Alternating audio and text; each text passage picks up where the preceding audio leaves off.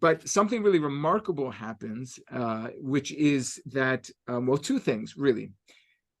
First of all, in both the South and in the North, in the centuries immediately preceding the rise of Islam, the pagan inscriptions disappear.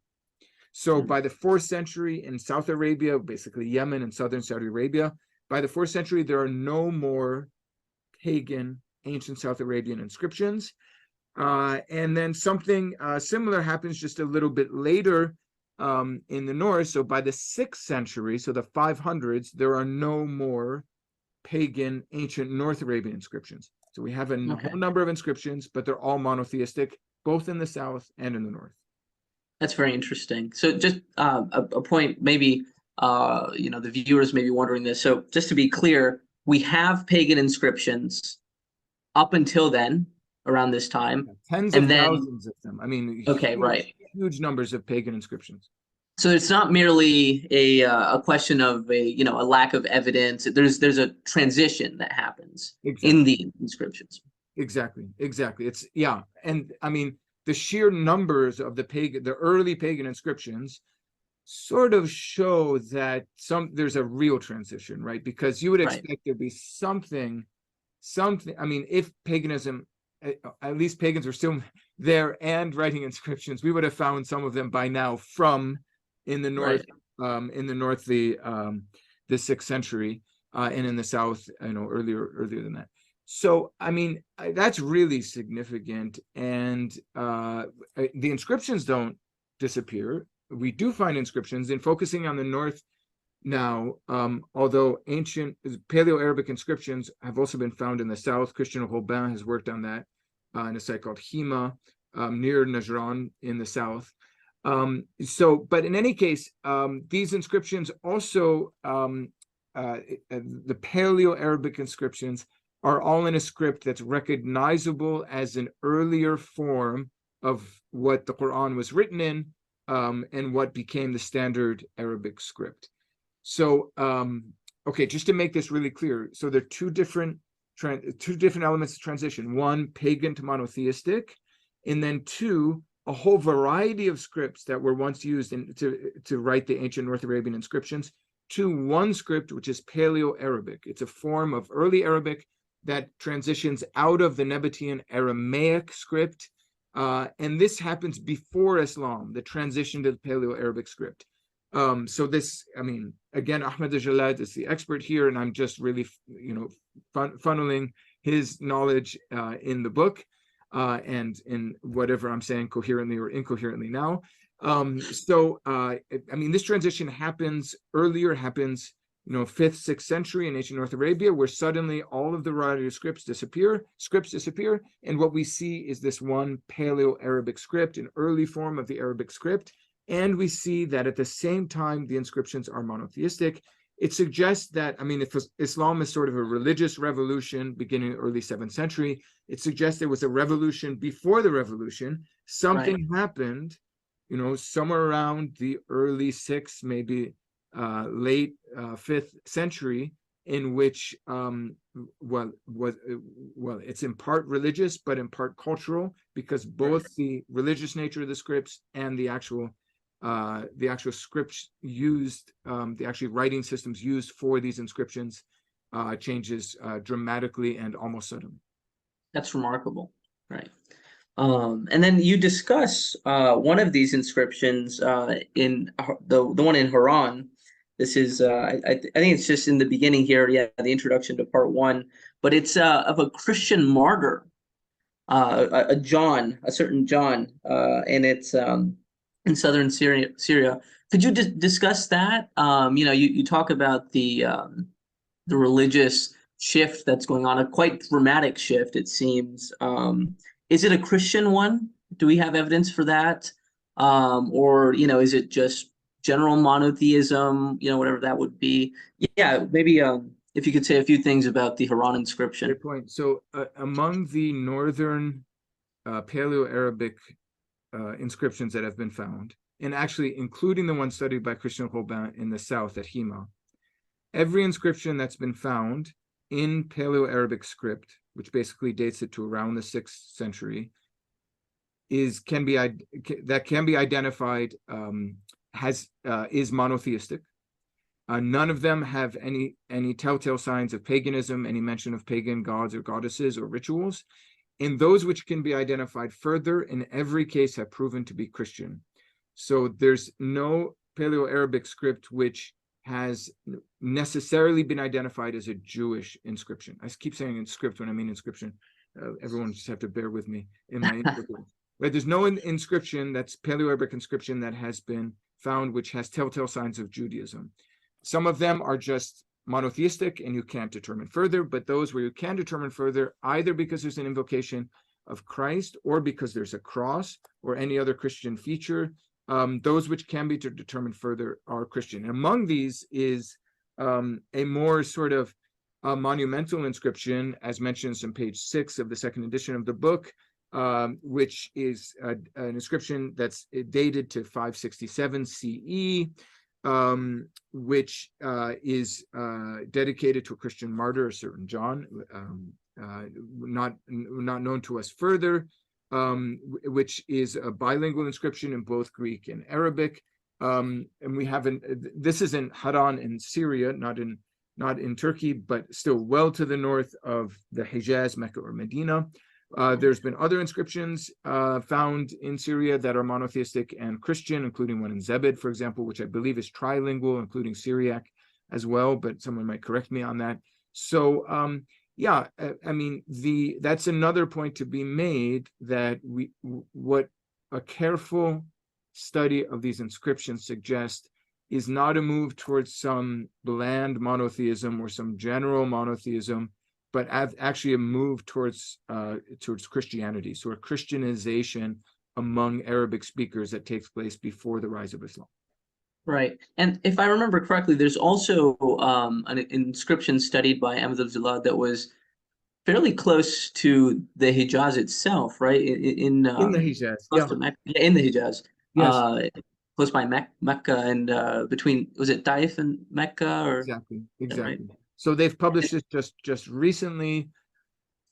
Oh, I think they've maybe published it in an archaeological journal. Maybe someone will find it and put it in the comments here, or maybe we can find it later and put it in the description.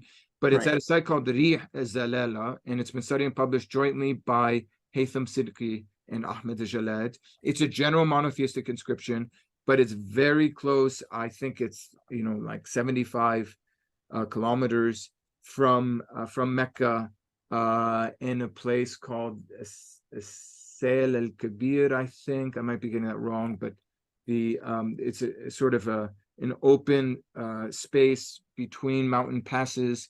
That is a place where if you're coming up, heading northwest from Ta'if, you sort of turn and go southwest to go down towards Mecca. It's sort of the way to avoid all the mountains. And it's a spot where there's a number of inscriptions, and at a certain pass in the mountains leading towards this open space in Rih Zalala, there's a monotheistic inscription there.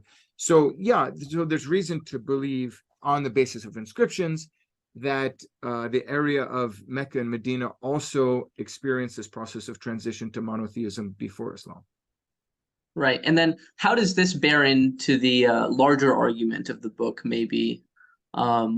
Would you maybe let's go into what some of the main points of the book are, because this sort of it buttresses the argument, but this the argument sort of doesn't change from edition to edition, right? So you're fundamentally arguing the same thing of isolating, in a sense, the Quranic text and some of the theological debates that are happening within from the picture that might be perceived from the later Islamic sources like Ibn Ishaq or Kitab al-Islam or something of that sort. So could you talk about that maybe, and how the inscriptions play into that? Right. So, I mean, just a general overview of the book is it's divided between section 1 on Muhammad, so that's 3 chapters, section 2 on the Qur'an, and there's 4 chapters on that, on the Qur'an, and then a third section, which is just the contemporary period, so that includes only chapter 8.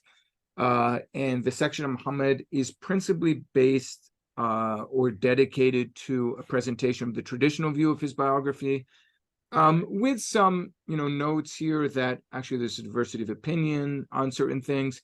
I mean, for example, the story of the Prophet's night journey and ascension to heaven. Even if we look at the Islamic sources, we have a variety of opinions. Did he really travel, on Buraq, on this miraculous animal to Was it a Jerusalem? vision? Exactly. There's a famous hadith of Aisha that the Prophet journeyed there in spirit, but not in body, etc., etc. So, yeah, but the first part of the book is basically dedicated to a traditional portrayal of Muhammad's life. And the second part of the book is an examination of the Qur'an. So chapter 4 is sort of a simple, straightforward presentation of the Qur'an and its message. But then in what follows in chapters 5 and 6 and 7, I look at the Qur'an in its relationship to the Bible, the Qur'an in its relationship to the biography of the Prophet. And then that leads to chapter 7, which rethinks the historical context of the Qur'an. So this second part of the book basically is the enterprise of saying, okay, what is the Qur'an itself? How can the Qur'an itself be a guide to the context in which Islam emerges? And it's here that the connection is found between the inscriptions and between the argument of the book and the evidence of the Qur'an, because the Qur'an itself engages thoroughly, robustly, and consistently with competing monotheisms, namely Judaism and Christianity. It does this in those passages traditionally known as Medinan and those passages traditionally known as Meccan.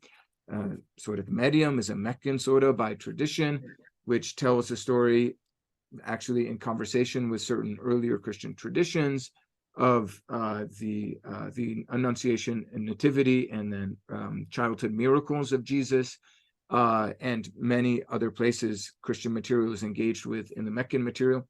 So, I mean, the Qur'an itself suggests that there are Christians around, and it's concerned with Christians and Christianity, also with Jews, which, I mean, the Quran, this is sort of a classical problem for scholars of early Islam.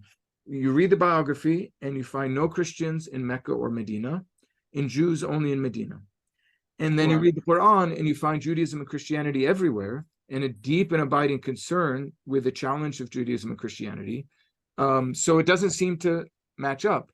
And there are different strategies. Sorry? Oh, pardon. Sorry. I think Nikolai Sinai called it once the Christian elephant in the Meccan room, right? It's a funny way of putting it, Yes, but yes, yeah, very I much think so. the talk of that title is circling around Yeah. the internet. So, I mean, one way traditionally to solve this problem is to find wandering Christians here and there, to look through the biography and get a story of, oh, well, the first migration was to Ethiopia, and Ethiopia was Christian, or Muhammad used to travel to Syria. But that doesn't really solve the problem, because the Quran is not just transmitting Christian traditions. It is doing that, but it's engaging with Christians all around it. I mean, we even have verses in the Quran which speak in a positive way of monasteries and churches, and possibly synagogues. There's a word there, salawat, that may mean synagogues. So it's engaging with monks in a way that suggests monks are reality in its context. I mean, think of Quran chapter 5, verse 82, which it describes monks of being humble, and praises them, and that's the reason for which Christians are closest in affection to the believers. Anyway, so the book basically says the Quran itself points us to major surprises when it comes to Islam's emergence, namely that there are monotheists around, and this happens to match what we're finding in the inscriptions. What would you say to putting the inscriptions aside for a moment, because I think they changed this debate a bit, but what would you say to someone who says, well, there are Christians in the traditional sources, there's Waraka and Bahira and the Christians from Najran, and maybe you mentioned Abyssinia, that, well, there are monks in the biography and in the traditional sources. So couldn't these just explain this material? And is there really so much of a contradiction, or maybe if that's not the right word, a tension between the traditional biographical or historical materials and what we find in the Quran, or maybe looking forward a bit, the inscriptions? Well, yeah, terrific question. I think there's a sort of straightforward answer, and then there's a more speculative, adventurous answer. So I'll give both. Sure. Straightforward answer is, and I already alluded to this in part, but I mean, the Quran is not only transmitting Christian traditions, but it's engaging directly with Christians. So a number of verses could be cited, but for example, Quran, Surah An-Nisa, chapter 4, when the Quran says, Ya Ahl al-Kitab, la taghlu fi dinukum wa la taqulu ala Allah illa al-haq, O people of the book, do not go to excess in your deen, whatever deen might mean, maybe religion, and do not say Right. anything but the truth of God, about God. And then it goes on to make certain statements about Jesus.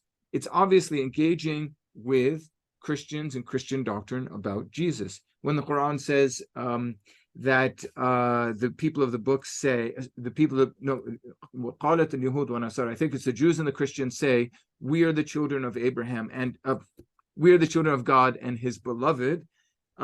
Say, then why does he punish you for your sins? The Quran is obviously engaging with Jews and Christians that is around. And then in a more positive vein, in Surah Al-Ankabut 29, the Quran says, so do not debate with the people of the book except in the best way. So it suggests there's debating going on with the Jews and Christians. And actually that verse, including the so-called common word verse in Surah 3, goes on and makes certain claims which probably have Christianity in mind, although not explicitly. So, I mean, yeah, so that's a straightforward answer. The Quran is concerned not just with Christian traditions, but with Christians and Right. lived Christian communities. Quran 57 has a statement, positive statement about Christians, and then maybe a negative statement about monasticism. There are many things to point to. Okay, the more adventurous answer is, I would suggest, and this is not really in this book. This book is not that adventurous. It's much more straightforward. But I would suggest that there are ways in which the Quran's own theological articulations are advanced with Christianity in mind. Judaism too, obviously Judaism is a real part of this story, but I think there are ways in which the Quran, when it's expressing its own theology, it's concerned with Christian claims. I mean, I think it's possible that this is seen in the Basmala, this tripartite formulation. Why does the Quran have a tripartite formulation? I'm not claiming that it's actually a veiled Trinitarian reference, but that it has its own tripartite formulation, whereas in Christian liturgy, the invocation of the triune God as Father, Son, and Spirit is everywhere. And then the Quran places everywhere except for one chapter, its tripartite formulation. I think that in some ways, the Quran's concern with divine transcendence, not only in places where it explicitly says that God does not take a walad, but also its general insistence on the sublimity of God is perhaps a way of responding to the Christian doctrine of the incarnation or the divinity of Christ. So, everyone, when they advance a conversation or carry out a conversation, they tend to be, even you and I, tend to be aware of our conversation partner, and we might articulate things differently depending on the conversation partner. So as I said, this latter point, it's harder to prove, a bit more speculative, but I think we can probably make the case that the Quran is in a straightforward way is engaging with Christians, and potentially in a less noticeable, more sort of symbolic way, responding to Christian claims.